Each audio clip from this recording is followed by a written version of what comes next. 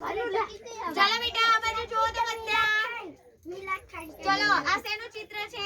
પતંગનું. આ ગોળમાં શું લખ્યું છે? આ ગુલાબી અક્ષરથી પણ શું લખ્યું છે? એટલે શું શબ્દ બન્યો? પતંગ. શું બન્યું? પતંગ. ચલો સરસ. ચાલો હવે આ શેનું ચિત્ર છે? તરબૂચ. તો આ ગોળમાં પણ શું લખ્યું છે?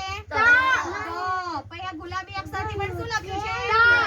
તો અહીંયાથી શબ્દ બન્યો તડબૂચ. તરબૂચ. શું કહેવાનું? તરબૂચ. તરબૂચ.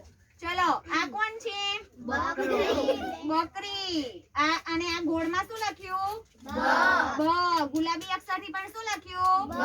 હવે આખો શબ્દ અરે હા બકરી. શું લખ્યું છે? બકરી. સરસ. ચલો હવે આ શું દેખાય છે તમને? કીડી. કીડી. શું છે? કીડી. કીડી બચકું ફરે?